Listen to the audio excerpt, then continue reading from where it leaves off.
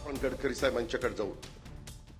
तुम्ही अनेक खासदारांशी माझा संबंध येतो. कुठल्याही राजकीय पक्षाचा खासदार असला तर तो हक्कानी गडकरी साहेबांच्याकडनं सेंट्रल रोड फंड असेल किंवा इतर वेगवेगळ्या प्रकारची कामं असतील तर त्याच्यामध्ये जातात, त्यांच्याकडे हक्काने बसतात, त्यांच्याकडं नाश्त्याची वेळ असेल तर नाश्ता करतात, जेवणाची वेळ असेल तर जेवण करतात. म्हणजे आपल्या पुणेकरांच्या सारखं नाहीये ते. जे आपण कसं तू जेवूनच आला असशील, सकाळ झाली म्हणजे तू नाश्ताच करून आला असेल. ते गमतीचा भाग जाऊ द्या, कारण मला पुण्यामध्ये राहायचं आहे. परंतु पुणेकरांच्या सारखा हुशार माणूस देशात मिळणार नाही, जगात मिळणार नाही. एवढी पण गोष्ट आपण सगळेजण लक्षात घ्या. आणि मगाशी एक बघत होतो, निवेदिका पुण्यातल्याच आहेत का?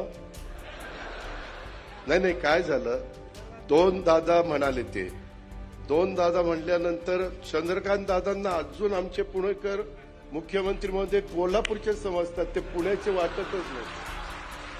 हे सगळे काय अडचण आहे, त्याच्यात जरा तुम्ही लक्ष घालावं. देवेंद्रजी, तुम्ही सगळीकडे लक्ष घालता, इथंच लक्ष घालत नाही.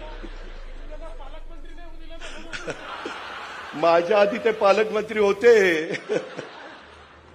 आता आपलं तुमच्याबरोबर यायचं ठरलं तेव्हाच तुम्ही कबूल केलं. तुझा पुण्याचा पालकमंत्री करणारे म्हणून मी आलो.